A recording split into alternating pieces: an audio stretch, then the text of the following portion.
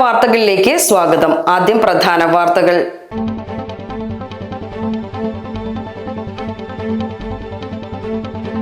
അളക്കൽ വിജയപുരത്തെ കോഴിമാലിന്യ സംസ്കരണ കേന്ദ്രത്തിന് സ്റ്റോപ്പ് മെമ്മോ നൽകണമെന്ന ആവശ്യവുമായി പഞ്ചായത്ത് ഭരണസമിതി കലക്ടറെ കണ്ടു.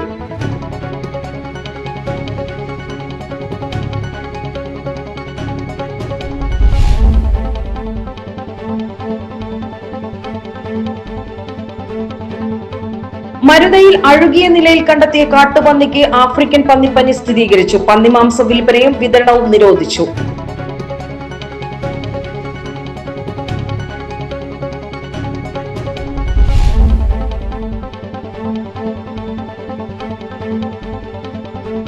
പഞ്ചായത്ത് പ്രസിഡന്റ് സ്ഥാനം പട്ടികവർഗ സംവരണം. ചാലിയാർ പഞ്ചായത്തിന് അപൂർവ നേട്ടം. ജില്ലയുടെ ചരിത്രത്തിൽ ആദ്യമായി ST വിഭാഗത്തിൽ നിന്നും ആദ്യ വനിതാ പ്രസിഡന്റ് ഉണ്ടാകും.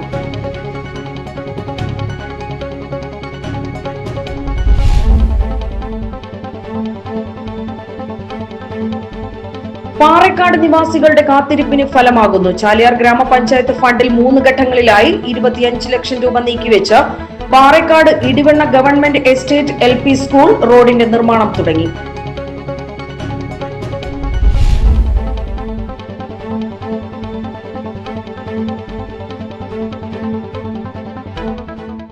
സാരി പിൻചക്രത്തിൽ കുടുങ്ങി ബൈക്ക് മറിഞ്ഞ് മകനോടൊപ്പം ബൈക്കിൽ യാത്ര ചെയ്യുകയായിരുന്ന അമ്മയ്ക്ക് ദാരുണാന്ത്യം.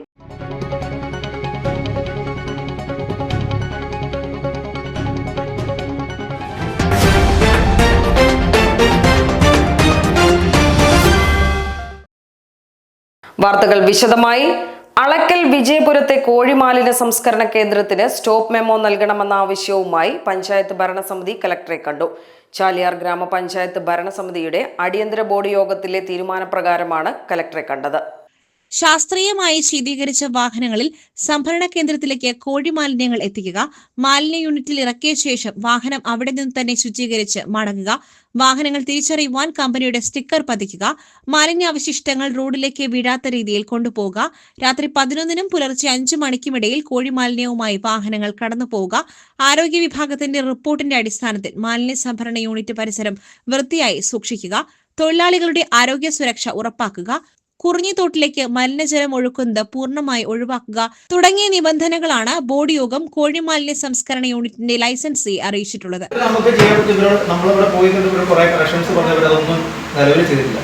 അവിടെ ഞങ്ങൾ പോയി കണ്ടപ്പോഴുള്ള പ്രശ്നം ഒന്ന്, നിങ്ങൾ ഇവിടെ നേരത്തെ സൂചിപ്പിച്ചത് കൊണ്ട് വേസ്റ്റ് കൊണ്ടുപോകുന്നത് ശാസ്ത്രീയമായ രീതിയിലാണ്. വേസ്റ്റ് ശരിക്കും കണ്ടെയ്നർ, ക്ലോസ്ഡ് കണ്ടെയ്നർ അയക്കേണ്ടത് ഒരു ലിക്വിഡും പോകുന്ന വഴി വീഴാൻ പാടില്ല. അത് വീണ് കഴിഞ്ഞാൽ അത് നമ്മുടെ പൊതു വെള്ളത്തിലൊക്കെ കലരും. അത് ഹെൽത്ത് ഇഷ്യൂസ് ഉണ്ടാകും. പ്രത്യേകിച്ച് ഈ മെനിഞ്ചൈറ്റിസ് പോലുള്ള പ്രശ്നങ്ങളൊക്കെ ഉള്ളതുകൊണ്ട് വളരെ വലിയൊരു ഇഷ്യൂ ആണ്. അതുപോലെ നമ്മൾ പറഞ്ഞതാണ്. അപ്പോൾ ഈ വേസ്റ്റ് കൊണ്ടുപോകുന്നതാണ് ഇതിൻ്റെ ഏറ്റവും വലിയ പ്രശ്നം. അത് ശാസ്ത്രീയമായ രീതിയിൽ ഒന്നുകിൽ അതിൻ്റെ ഉള്ളിൽ കണ്ടെയ്നർ ലോറിക്ക് ഉള്ളിൽ തന്നെ ക്ലോസ്ഡ് കണ്ടെയ്നറിനകത്ത് നമുക്ക് കൊണ്ടുപോകാം. ഇവർ പറഞ്ഞുകൊണ്ട് ഈ പതഞ്ഞു പോകുന്നുള്ള പ്രശ്നമൊന്നും ഉണ്ടാവില്ല. അതിനൊക്കെ ലിക്വിഡ്സ് ഉണ്ട്. ആ ലിക്വിഡ് ഒടിച്ചു കഴിഞ്ഞാൽ അത് അതിനകത്തുള്ള ബാക്ടീരിയസ് അത് നശിച്ചു പോകും. നശിച്ചു കഴിഞ്ഞാൽ അതിനകത്തൊരു ഫെർമെന്റേഷൻ പറഞ്ഞ പരിപാടി നടക്കില്ല. അത് ഉണ്ടാവാതിരുന്ന് കഴിഞ്ഞാൽ ഇവർ ഉണങ്ങി നിറഞ്ഞ് കവിഞ്ഞു പോകുന്ന പരിപാടി ഉണ്ടാവും. ഇതൊന്നും ചെയ്യാതെയാണ് ഇത് കൊണ്ടുപോകുന്നത്. അതാണ് അതിന്റെ ഒന്നാമത്തെ പ്രശ്നം. ഞങ്ങൾ ഓപ്പൺ ചെയ്ത് നോക്കിയപ്പോൾ ഈ കണ്ടെയ്നർ ഒരു പ്രാവശ്യം 2 പ്രാവശ്യം പ്രശ്നത്തോടെ ഓപ്പൺ ചെയ്തപ്പോൾ ചാക്കിന്റെ അകത്താണ്, വെറും ഈ പ്ലാസ്റ്റിക് ചാക്കിന്റെ അകത്താണ്. അങ്ങനെ ഉണ്ടായിരുന്ന ഈ സാധനം റോഡിൽ വീണില്ലേ. അപ്പൊ വളരെ അങ്ങനെ കൊണ്ടുപോകുന്ന പ്രാവശ്യം പറഞ്ഞാണ് ഇപ്പോഴും ഈ സാധനം റോഡിൽ വീഴുന്നത് ശരിയായ രീതിയിൽ ക്ലോസ്ഡ് കണ്ടെയ്നർ കൊണ്ടുപോകാത്തതുകൊണ്ടാണ്. ഇവർ ഈ വണ്ടി ക്ലോസ്ഡ് ആണെന്ന് പറഞ്ഞിട്ട് കാര്യമില്ല. വണ്ടിക്ക് അകത്തുള്ള കണ്ടെയ്നറുകളും ക്ലോസ്ഡ് ആയിരിക്കണം. അതിൻ്റെ അകത്ത് ലിക്വിഡ് ഒഴിക്കണം. അതായത് ഈ നമ്മുടെ ബാക്ടീരിയസിനെ നശിപ്പിക്കാനുള്ള ലിക്വിഡ് ഒഴിച്ചുകൊണ്ട് ഇത് ട്രാൻസ്പോർട്ട് ചെയ്യാൻ. അത് PCBയുടെ നോംസിൽ പറയുന്നത്. അതാണ് ഞാൻ ഇപ്പോൾ നോക്കിക്കൊണ്ടത്. അതിനകത്ത് കൃത്യമായിട്ട് പറയുന്നുണ്ട് എന്ത് വേസ്റ്റും നമ്മൾ മൂവ് ചെയ്യുമ്പോൾ അതിനകത്ത് ബാക്ടീരിയസ് ഉണ്ടാവാതിരിക്കാൻ വേണ്ടിയുള്ള ലിക്വിഡ്സ് ഇറക്കാന്ന് പറയുന്നത്. അത് ഒഴിച്ചവർ ചെയ്യണം. അത് അവർ ചെയ്യേണ്ട കാര്യമാണ്. യോഗത്തിലേക്ക് ഇയാളെ വിളിച്ചു വരുത്തുകയായിരുന്നു. ഈ നിബന്ധനകൾ പാലിക്കുവാൻ തയ്യാറാകാത്ത പക്ഷം കലക്ടർ സ്ഥാപന ഉടമയ്ക്ക് മെമ്മോ നൽകണം എന്നാണ് ആവശ്യം. പഞ്ചായത്ത് നേരത്തെ ഉടമയ്ക്ക് സ്റ്റോപ്പ് മെമ്മോ നൽകുകയും അതിനെതിരെ ഉടമ കോടതിയെ സമീപിക്കുകയും ചെയ്ത സാഹചര്യത്തിൽ പഞ്ചായത്തിന് വീണ്ടും സ്റ്റോപ്പ് മെമ്മോ നൽകുവാനുള്ള നിയമപരവും സാങ്കേതികവുമായ തടസ്സം സെക്രട്ടറി ചൂണ്ടിക്കാട്ടിയ സാഹചര്യത്തിലാണ് നാളെ panchayat president, vice president, standing committee ചെയർമാൻമാർ, വാർഡ് അംഗം, പഞ്ചായത്ത് അസിസ്റ്റന്റ് സെക്രട്ടറി എന്നിവർ കലക്ടറെ കാണുവാൻ തീരുമാനിച്ചത്. കഴിഞ്ഞ 3 വർഷമായി ശാസ്ത്രീയമായി ശീതീകരിക്കാത്ത വാഹനങ്ങളിലാണ് കോഴിമാലിന്യം സംസ്കരണ കേന്ദ്രത്തിലേക്ക് എത്തിക്കുന്നതെന്ന് കേന്ദ്രം ഉടമ സമ്മതിച്ചു. മലിനീകരണ നിയന്ത്രണ ബോർഡിന്റെ നിർദ്ദേശം പാലിക്കാതെ ശീതീകരിക്കാതെ കടഉടമകൾ കോഴിമാലിന്യം നൽകുന്നതിനാൽ ശീതീകരിച്ച വാഹനങ്ങളിൽ കൊണ്ടുവരുവാൻ കഴിയില്ലെന്നും ശീതീകരിച്ച വാഹനങ്ങളിൽ കൊണ്ടുവരണമെന്ന് നിർബന്ധം പിടിച്ചാൽ 2 മാസം കാലാവധി അനുവദിക്കണമെന്നും ഉടമ ആവശ്യപ്പെട്ടു. എന്നാൽ 3 ദിവസത്തിൽ കൂടുതൽ അനുവദിക്കുവാൻ കഴിയില്ലെന്ന് ബോർഡ് യോഗം ഉറച്ച നിലപാട് സ്വീകരിച്ചു. അളക്കൽ വിജയപുരത്ത് പ്രവർത്തിക്കുന്ന കോഴിമാലിന്യ സംസ്കരണ കേന്ദ്രം പ്രവർത്തിക്കുന്നത് ശുചിത്വ മിഷന്റെയും മലിനീകരണ നിയന്ത്രണ ബോർഡിന്റെയും ചട്ടങ്ങൾ പാലിക്കാതെയാണെന്ന് ചാലിയാർ കുടുംബാരോഗ്യ കേന്ദ്രം ഹെൽത്ത് ഇൻസ്പെക്ടർ പറഞ്ഞു. ഫിൽട്ടർ സംവിധാനം തകർന്നിട്ട് മാസങ്ങളായി. തൊഴിലാളികൾക്ക് മാസ്ക് പോലുമില്ല. ചൈനയിൽ കോവിഡിന് തുടക്കം കുറിച്ചത് ഇത്തരത്തിലുള്ള വൃത്തിഹീനമായ ഒരിടത്തു നിന്നുമാണ്. സമീപത്തെ കുറിഞ്ഞിത്തോട്ടിലേക്ക് വ്യാപകമായി മലിനജലം സംഭരണ കേന്ദ്രത്തിൽ നിന്നും നേരിട്ടൊഴുക്കുകയാണ്. ഇത് ഉടമയുടെ ശ്രദ്ധയിൽപ്പെടുത്തിയിട്ടും ഒരു നടപടിയും എടുത്തിട്ടില്ല. മാലിന്യ സംഭരണ കേന്ദ്രത്തിലേക്ക് കോഴി മാലിന്യവുമായി എത്തുന്ന വാഹനങ്ങൾ തടയരുതെന്നും നിർത്തിവെക്കുവാൻ കഴിയില്ലെന്നും ഉടമ നിലപാട് സ്വീകരിച്ചു. അരീക്കോട് നിന്നുള്ള മാലിന്യങ്ങൾ കക്കാടാംപൊയിൽ വഴിയാണ് കൊണ്ടുവരുന്നതെന്നും ഇവർ സമ്മതിച്ചു. കോഴി മാലിന്യ സംസ്കരണ കേന്ദ്രത്തിന് തങ്ങൾ എതിരല്ലെന്നും എന്നാൽ മലിനീകരണ നിയന്ത്രണ ബോർഡിന്റെയും 2021 തദ്ദേശ സ്വയംഭരണ വകുപ്പിന്റെയും ചട്ടങ്ങളും പാലിച്ചാകണമെന്നും പൊതുജനങ്ങളുടെ ആരോഗ്യത്തിന് ഹാനികരമാകരുതെന്നും അംഗങ്ങൾ ആവശ്യപ്പെട്ടു. പൊതുജനങ്ങൾക്ക് ഒപ്പം നിൽക്കാനേ തങ്ങൾക്ക് കഴിയുമെന്ന് മുഴുവൻ അംഗങ്ങളും പറഞ്ഞു. കോഴിമാലിന്യ സംസ്കരണ കേന്ദ്രം ഉടമയുടെ വാക്കിൽ വിശ്വാസമില്ലെന്ന നിലപാടാണ് അംഗങ്ങൾ സ്വീകരിച്ചത്. മലിനീകരണ നിയന്ത്രണ ബോർഡ് നിർദ്ദേശം പാലിക്കുവാൻ ഉടമ തയ്യാറാക്കണമെന്നും അംഗങ്ങൾ ആവശ്യപ്പെട്ടു. ഗ്രാമപഞ്ചായത്ത് പ്രസിഡന്റ് പി മനോഹരൻ അധ്യക്ഷത വഹിച്ചു.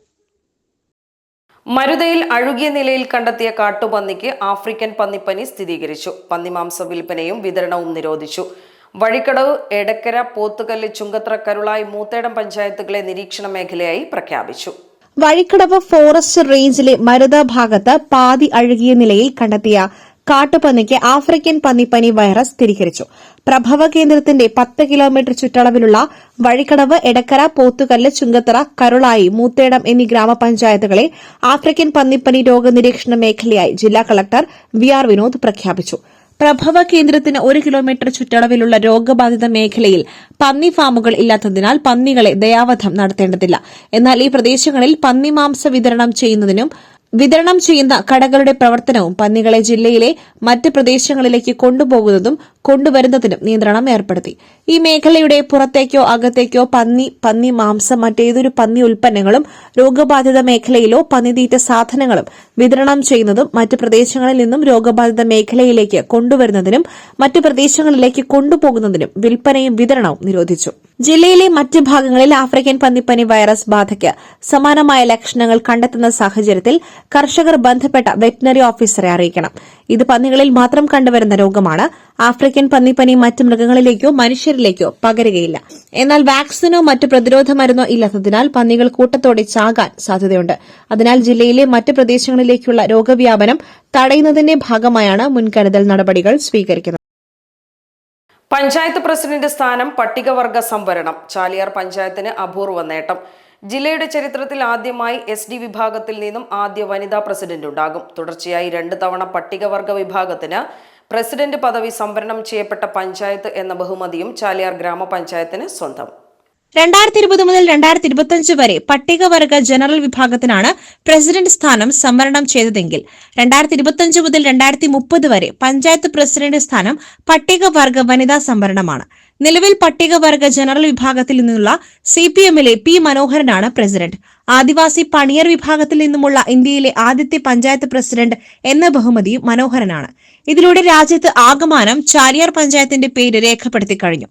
മലപ്പുറം ജില്ലയിൽ പട്ടികവർഗ വനിതാ സംവരണമുള്ളത് ഏക പഞ്ചായത്ത് ചാലിയാറിലാണ്. അതിനാലാണ് ചാലിയാർ പഞ്ചായത്ത് പ്രസിഡന്റ് സ്ഥാനം പട്ടികവർഗ വനിതാ സംവരണമായത്. എന്തായാലും തുടർച്ചയായി 2 തവണ പ്രസിഡന്റ് സ്ഥാനം പട്ടികവർഗ വിഭാഗത്തിന് സംവരണം ചെയ്യപ്പെട്ടതോടെ അപൂർവ നേട്ടമാണ് ചാലിയാർ പഞ്ചായത്തിന് ലഭിച്ചിരിക്കുന്നത്. ജില്ലയിൽ ഏറ്റവും കൂടുതൽ പട്ടികവർഗ നഗറുകളുള്ളതും ചാലിയാർ പഞ്ചായത്തിലാണ്. 39 ആദിവാസി നഗറുകളാണ് നിലവിലുള്ളത്. ഉൾവനങ്ങളിലും നിരവധി ആദിവാസി നഗറുകളുണ്ട്. നിലവിൽ പ്രസിഡന്റ് സ്ഥാനം പട്ടികവർഗ ജനറൽ സംവരണമായിരുന്നതിനാൽ ഇക്കുറി പ്രസിഡന്റ് സ്ഥാനം വനിതാ സംവരണമോ ജനറൽ വിഭാഗമോ ആകുമെന്നായിരുന്നു കണക്കുകൂട്ടൽ. ഇതിനായി കുപ്പായമിടുവാൻ കാത്തിരുന്ന നേതാക്കളാണ് വെട്ടിലായത്. പ്രധാന മുന്നണികൾ ഇത് മുന്നിൽ കണ്ട് പട്ടികവർഗ സംവരണ വാർഡിലേക്ക് സ്ഥാനാർത്ഥിയെ കണ്ടെത്താനുള്ള തീവ്ര ശ്രമത്തിലാണ്. നിലവിലെ പ്രസിഡന്റ് പി മനോഹരൻ പണിയർ വിഭാഗത്തിൽ നിന്നുമുള്ള രാജ്യത്തെ ആദ്യത്തെ പ്രസിഡന്റാണ്. ചാലിയാർ പഞ്ചായത്ത് പ്രസിഡന്റ് സ്ഥാനം പട്ടികവർഗ വനിതാ സംവരണം ആയതോടെ ജില്ലയിലെ ആദ്യത്തെ പട്ടികവർഗ വിഭാഗത്തിൽ നിന്നുള്ള ആദ്യ വനിതാ പ്രസിഡന്റിനായി കാത്തിരിക്കുകയാണ് ചാലിയാർ പഞ്ചായത്ത് നിവാസികൾ. പാറേക്കാട് നിവാസികളുടെ കാത്തിരിപ്പിന് ഫലമാകുന്നു. ചാലിയാർ ഗ്രാമപഞ്ചായത്ത് ഫണ്ടിൽ 3 ഘട്ടങ്ങളിലായി 25 ലക്ഷം രൂപ നീക്കിവെച്ച് Parekkad Idivanna government estate LP school റോഡിന്റെ നിർമ്മാണം തുടങ്ങിയതായി വാർഡ് അംഗം മിനി മോഹൻദാസ് പറഞ്ഞു. 2 ഘട്ടങ്ങളിലായി 15 ലക്ഷം രൂപ ഡ്രൈനേജിനായും 10 ലക്ഷം 155 മീറ്റർ കോൺക്രീറ്റ് റോഡിനായി നീക്കിവെക്കുവാൻ കഴിഞ്ഞതിലൂടെ നാട്ടുകാരുടെ ആവശ്യങ്ങൾക്കാണ് പരിഹാരമായത്.